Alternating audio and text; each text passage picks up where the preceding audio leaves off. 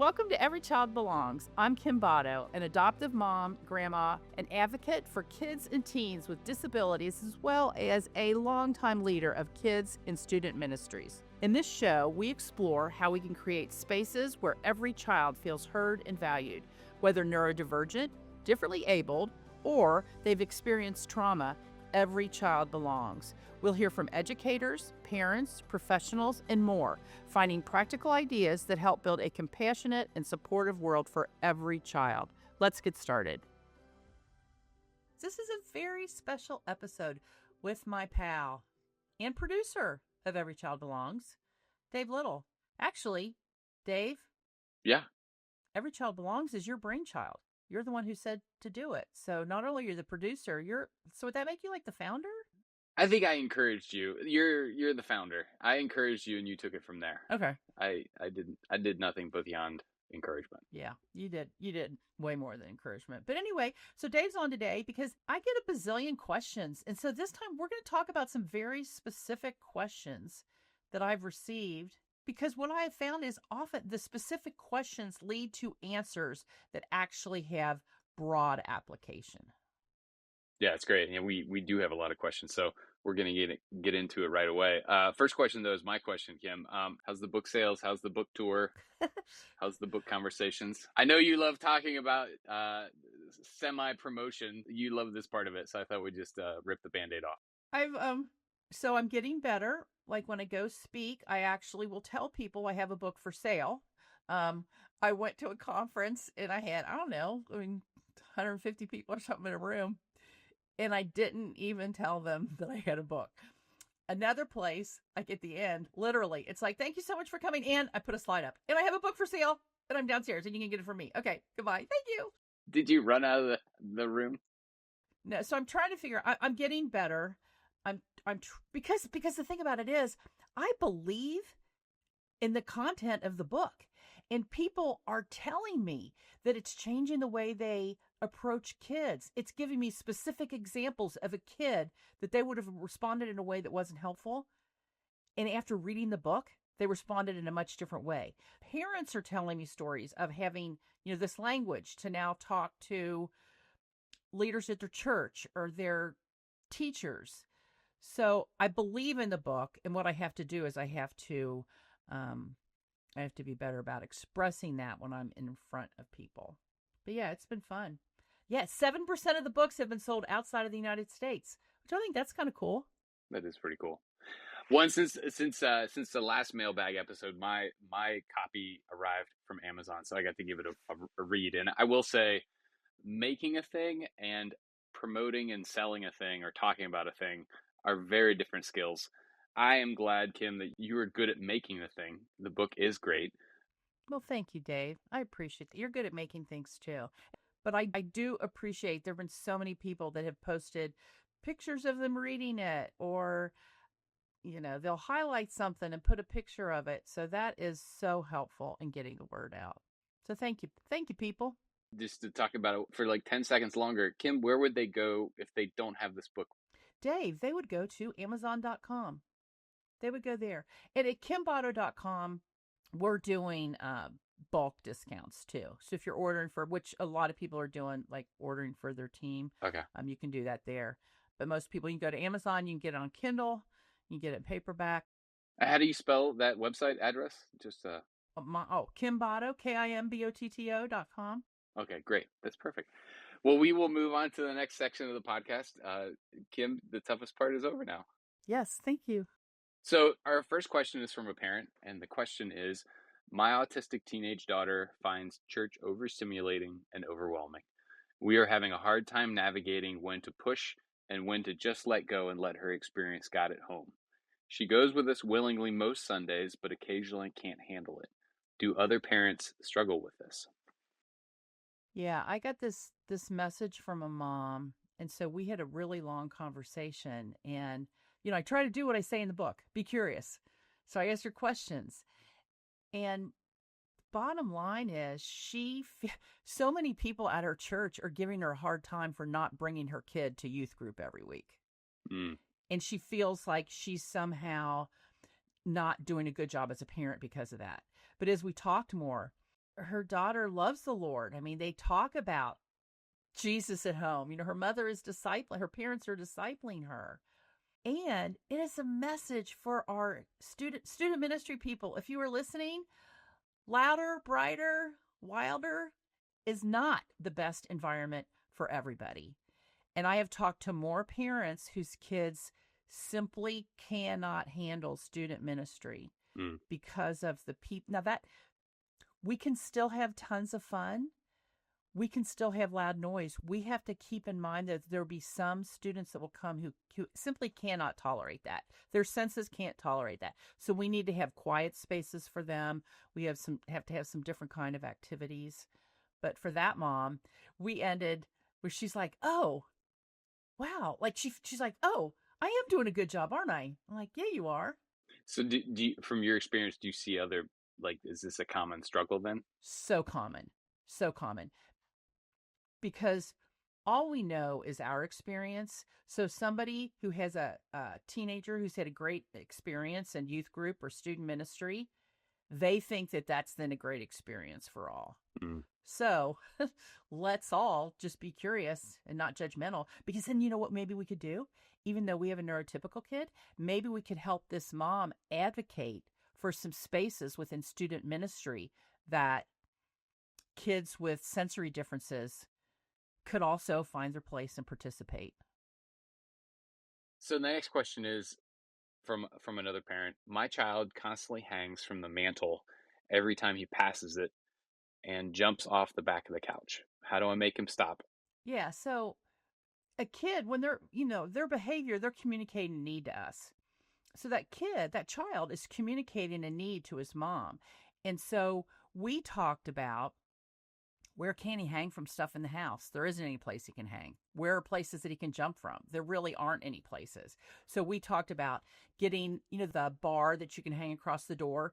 We did that for one of our kids who just needed to be on the move all the time. So we put a pull-up bar up. Now, in the middle of the night, my husband was knocked unconscious a couple times.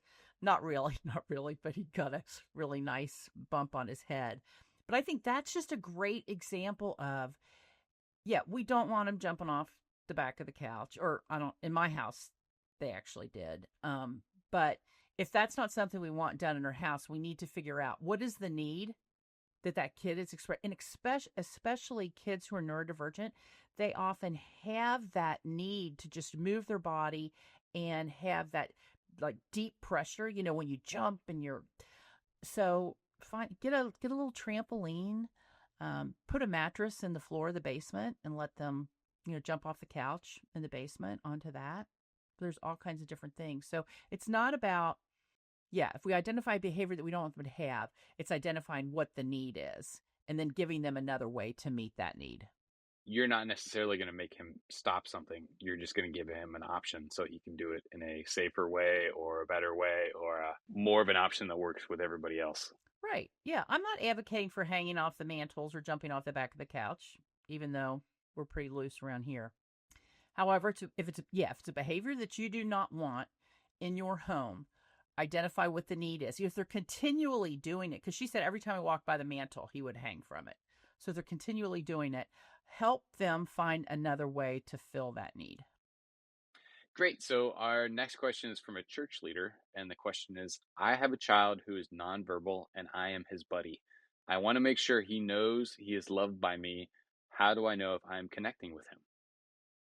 This is so hard for us whose brains are wired typically, because we're looking for connection from the kid in the same way that we get connection from typical people, and the way that we express to somebody that we're connecting with them. And this particular leader, as I talked to her, like, she knew that he liked deep pressure. She would apply deep pressure to his arms. She knew that he had a string that he loved to just run along the wall. And so she'd follow him as he did that. And I'm like, you know what he loves? You are connecting with him. He's showing you that by responding. And so one of the things we've talked about is joining him in something that he loves. Okay, he loves taking that string and just walking along the wall and just moving the string along the wall. She was going to bring a string in the following week and just do it with him.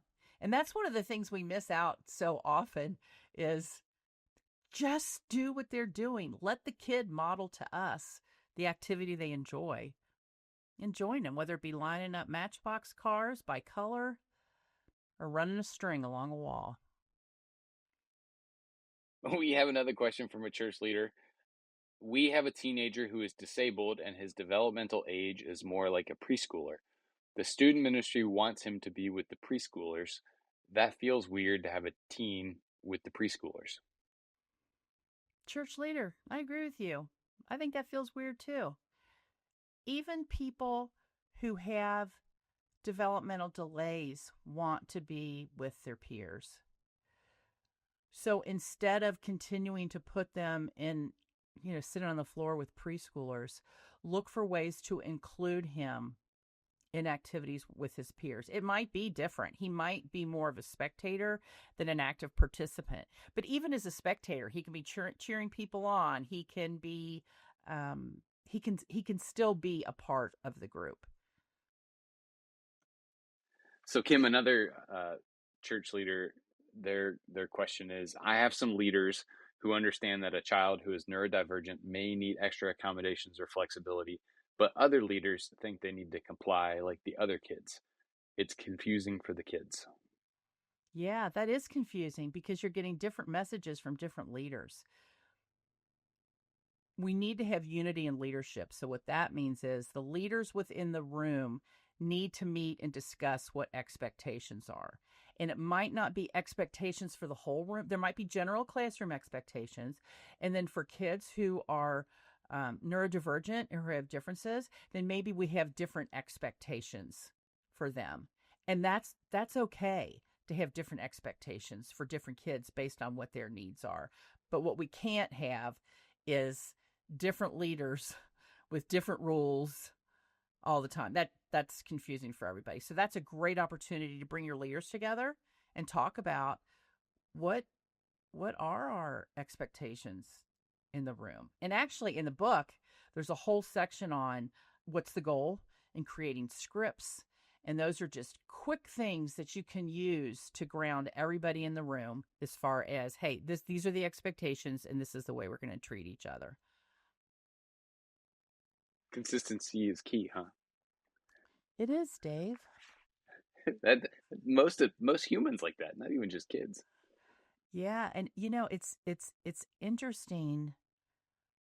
So often in churches I hear this. I was in Michigan a couple weeks ago and they were talking about you have leaders one week and then a different set of leaders the next week, and they have totally different schedules and totally different rules.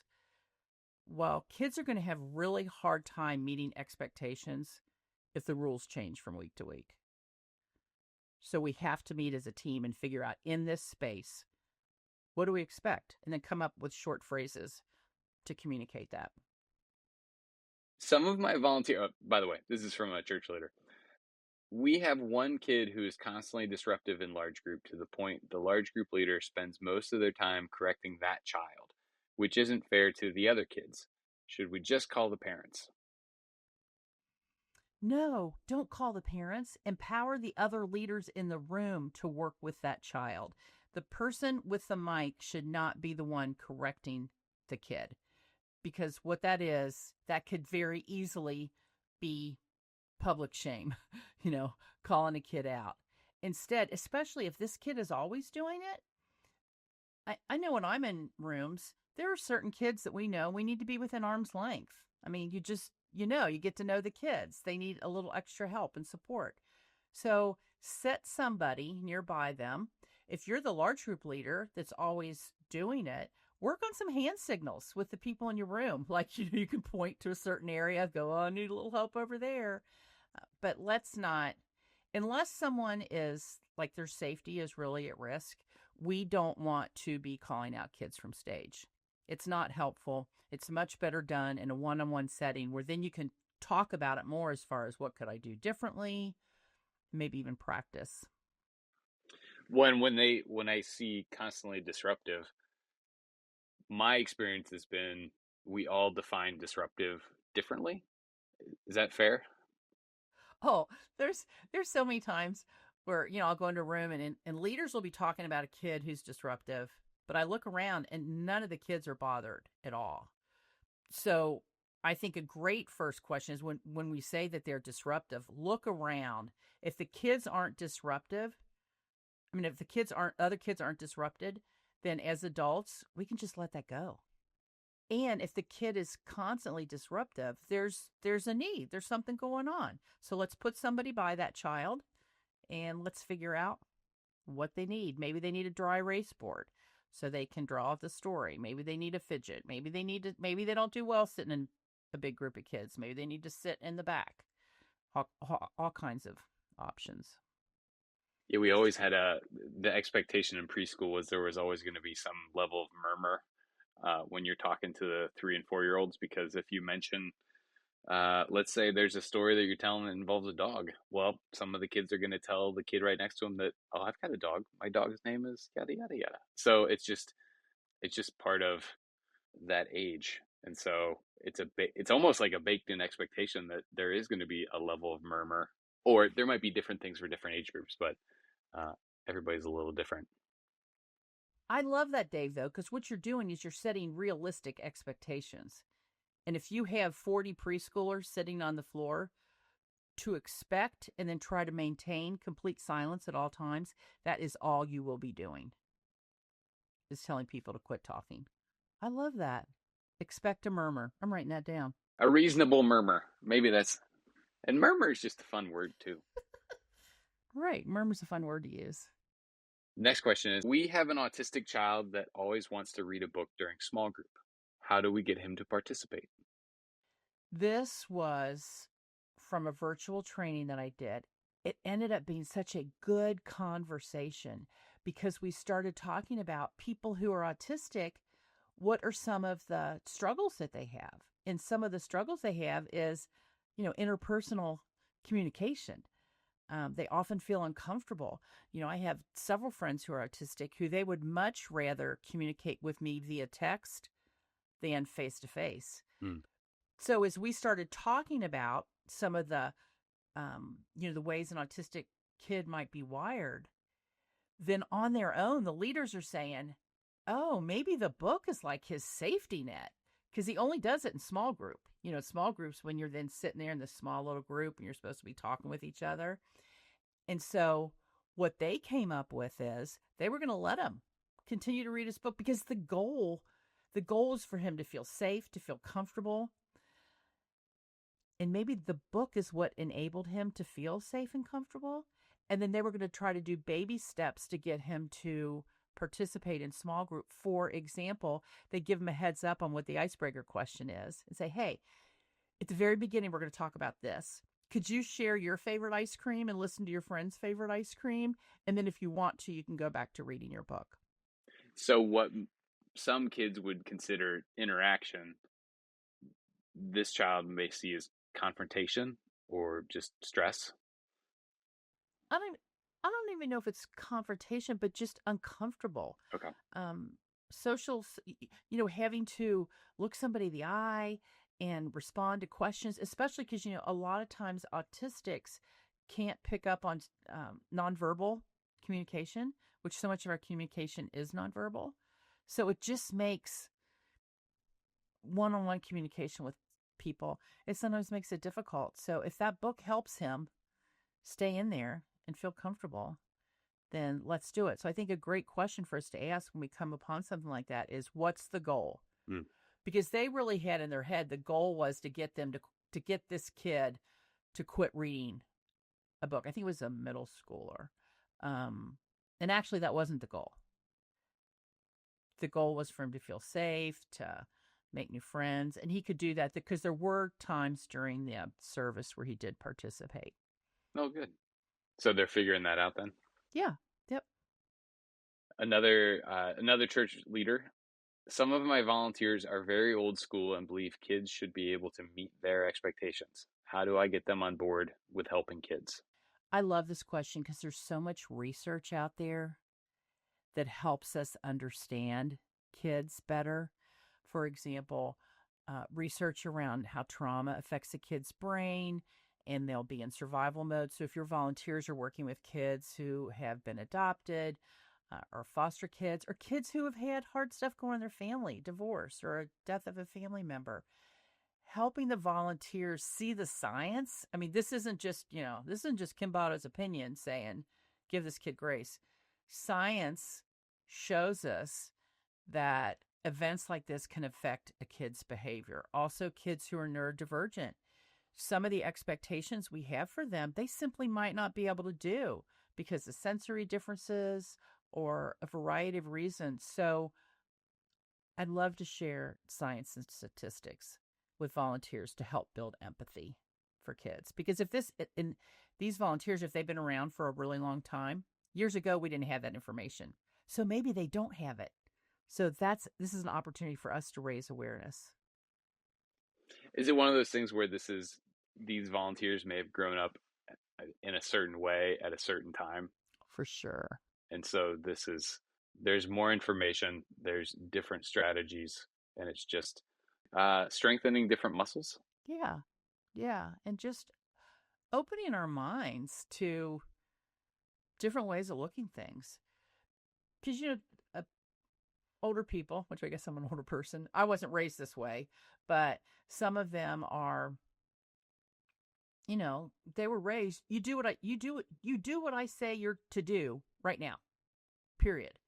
End of discussion. There was no curiosity as far as what might this kid need. So I can see where they would just continue along that way. But like I said, that's an awesome opportunity for us to raise awareness and advocate.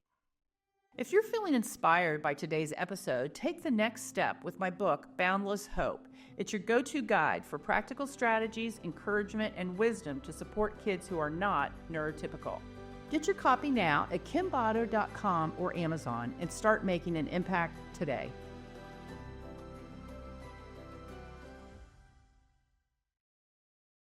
So Kim, here's a slightly different question. We have a group of 5th grade boys who refuse to participate during worship. We try to get them to stand and sing and do the motions, but they will not. I actually got this question at a conference, and I asked the room, does anybody else have trouble with 5th grade boys standing up and doing the motions and singing? Like, everybody raised their hand. Because 5th grade boys feel awkward in doing that. They feel like they're drawing attention to themselves. So my question is, what's the goal? Is the goal to get them to do the proper hand motions and stand and have something coming out of their mouth? Or is the goal to teach them to worship? If the goal is to teach them to worship, let's give them other opportunities to worship that they might be more comfortable with. For example, put a table in the back of the room with a Bible open to the verse of the day, and maybe have some kind of activity they can do with digging into that verse. Maybe there's a prayer journal where they can write their prayers in it. I mean, we worship in a whole bunch of different ways. Another question I like when people, because I've actually gotten this question more than once, I'll say, well, how do you worship? I'm like, well, what do you mean? I go, well, do you is the only way that you worship standing up, singing, doing your hands to, certain motions? And they're like, oh no. So let's just help them discover other ways that they can feel that they can worship, that they feel comfortable doing. So Kim, this question's a little bit longer. What is the best way to help teach new tricks to seasoned volunteers? What used to work or has worked in the past is not necessarily the best way to engage kids in challenging behavior today. How do I help them see this and understand that I'm not attacking them or their love for kids, but simply asking them to consider a new approach? Some tips on how to shepherd this well would be a great win for me. So a little bit of a different, there's definitely more depth in the last question, kind of heading in the same direction. I'm curious about your answer. Yeah. I always, when I'm working with staff who are trying to train volunteers, and this is also the model that's in the book, there's 3 steps. One is consider your mindset. Talk to these volunteers about what they believe about kids. Do they believe that kids are a gift from the Lord? Do they believe that kids should be seen and not heard? Just have a informal conversation. And also what I always like to do is, rather than ask them, like to say, Dave, what do you think about kids? Say, Dave, what are some things you have heard people say about they think about kids? So you do that, And if somebody believes that some kids are too far gone, if bad kids are just, some kids are just bad, well, there's no point in going any further. You need to talk about that more, because they need to have a mindset where they have boundless hope for every kid, and they believe that every kid is capable of understanding who Jesus is, no matter if they can talk or walk on their own. So first it's the mindset, and then we want to build empathy, and we build empathy through science and stories and stats. Like the number of kids who are being diagnosed with neurodivergence these days. 1 out of 36 kids diagnosed with autism, 11% with ADHD. Since the pandemic, anxiety and depression has, I can't remember if it's doubled or tripled, but it's increased a ton. So helping them understand that and how the brain works, so they build empathy. Once you do that, then they're open for trying new things. Just so give them some strategies, like connect before you correct. The book's filled with connection strategies and correction strategies and way to build relationships. So give them a couple strategies that they can try. And if they're feeling, if that empathy is grown, then they will try them. If they don't have empathy for the kids, they will not be willing to try new strategies. And what I've seen is too many people, when they're training volunteers, they try to go straight to here's some strategies you can use.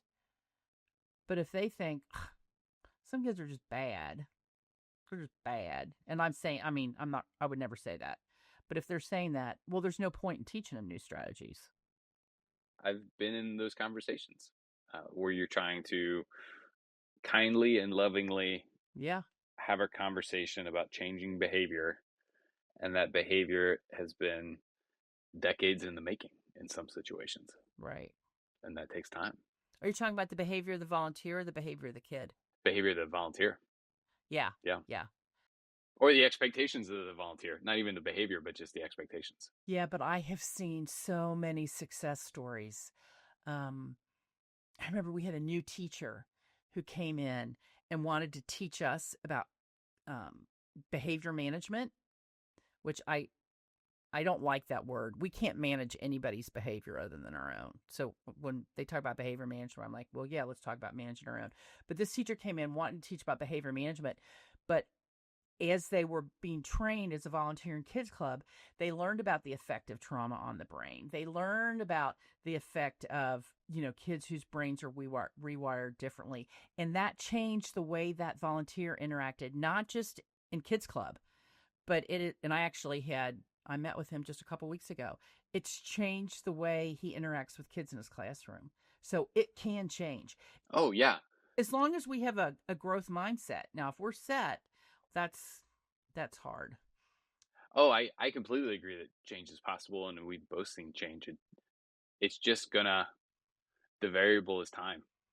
Yeah. And it's not always gonna be on the schedule or the timeline we would hope for or see. Right. Sometimes it's faster, but sometimes it's just not. It's different. Right. Well, and serving with kids and students is a privilege, not a right. So if someone is unable or unwilling to change what they believe about kids or how they're going to interact with kids, well, then let's help them find a place in the church where they can serve. Because if you're going to be calling kids or students bad, if you believe that some of them are too far gone, then kids and student ministry is not the place for you to serve. Next question is, we have had parents who may not let the small group leader know ahead of time that their child is divergent.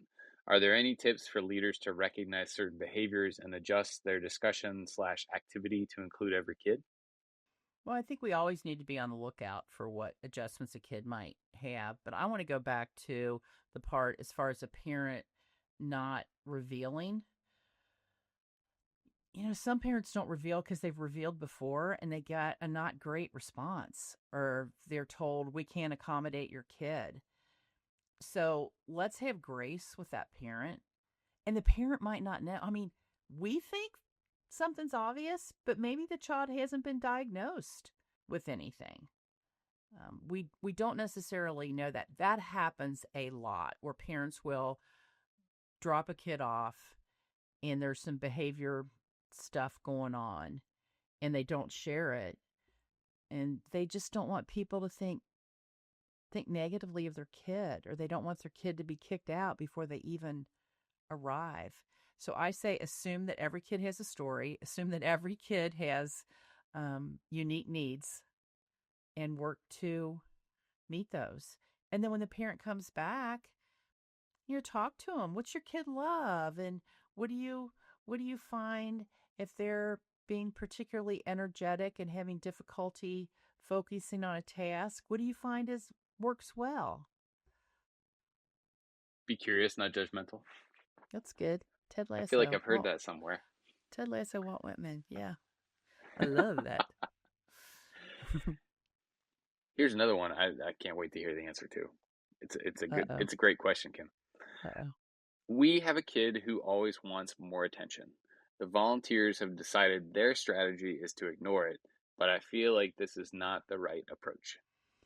Oh, I hear so many times where people will say, they just want attention, so I'm just going to ignore it. That is such a common response. To which I say, if a kid needs it, if you discover that a kid is often seeking attention, like high five, you've identified a need that they had. And so give them the attention before they have to ask for it in an unattractive way. That might mean as they come into the room, spend just a minute or two on their level, talking about maybe what they had done the previous day or what they're going to do the rest of the weekend. Because kids, if they are attention seeking, that's a need.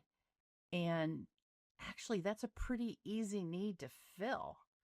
You just fill it by, going by and patting them on the shoulder every once in a while, affirming them for an activity that they're doing. Yeah, give them the attention. Don't ignore it, because ignoring it, if attention is a need that they have and we don't fill it, then they're just going to continue to ask for attention in even more unattractive ways. They want attention. They're going to get attention. The other ways they go to try and get it, you might like these even less. Right. And also, if they're behaving in a way that, does not meet your expectations, what we often do is we focus on the kid not meeting expectations. Instead, use positive reinforcement with the kids who are doing what we expected. And often what that will do is then this kid over here is doing things the way we don't. They'll go, oh, wait. They're getting attention for sitting in their chair. They're getting attention for, and often you will see that child then, I've seen it a number of times, where that kid then will do what the other kids are doing because he sees them getting attention. Well, and this isn't a question, but it seems like we've answered questions today around this general concept of, it seems like sometimes the challenge is when we as leaders or adults have a plan and there's things that we want to do, or we have a schedule to keep, or there's an activity, or you name it. Like there's a goal, there's a direction we're heading, and there might be interruptions or shifts or necessary shifts. Do you think we are too driven by schedule or goals, or what's your perspective on that? Definitely. Well, as far as, I think we're too rigid. I think we need to be more flexible. Schedules are good. It's good to know what your goal is, but often we're confused on what the goal is. We think the goal is for everybody to sit quietly around their small group table and complete an activity within the allotted time. Where actually that's not the goal. We want the kids to know who Jesus is. We want them to grow in their faith. We want them to feel safe in our environment, make friends with their peers, find adults that they are comfortable with. So I would say when you find yourself like just wanting to stick to something, just think about, is this a place where I can be flexible? Maybe, if all the kids are screaming for snacks, maybe do snacks a little early. Yeah, flexibility is key. Well, Kim, I think that's unfortunately we're out of time for this mailbag episode. What is the best way, knowing that we'll do this again, what is the best way for people to get you their questions? Kim at kimbotto.com is a great way to do that. Also, if you subscribe at kimbotto.com, we do monthly virtual meetings. It's focused towards kids ministry leaders, but a lot of parents come too because we're focused on kids with challenging, concerning, difficult behaviors. So a lot of this is about kids who are neurodivergent, who experience trauma or disabled. That's great. Well, everybody, thanks for listening. We'll be back with another mailbag episode eventually. In the meantime, it's really helpful not just to subscribe to this podcast, but if there's people in your life that you think would benefit from the kind of conversations that we're having in these episodes, that's the easiest way to get the word out. Would really appreciate it if you pass it along, and we'll see you next time. Kim, as always, thank you very much. Thanks, David. Thank you so much for joining me today on Every Child Belongs. If you found today's episode helpful, please take a moment to like, share, and subscribe to the podcast. And don't forget to share this with a friend who might need to hear it. Together, we can create a world where every child belongs.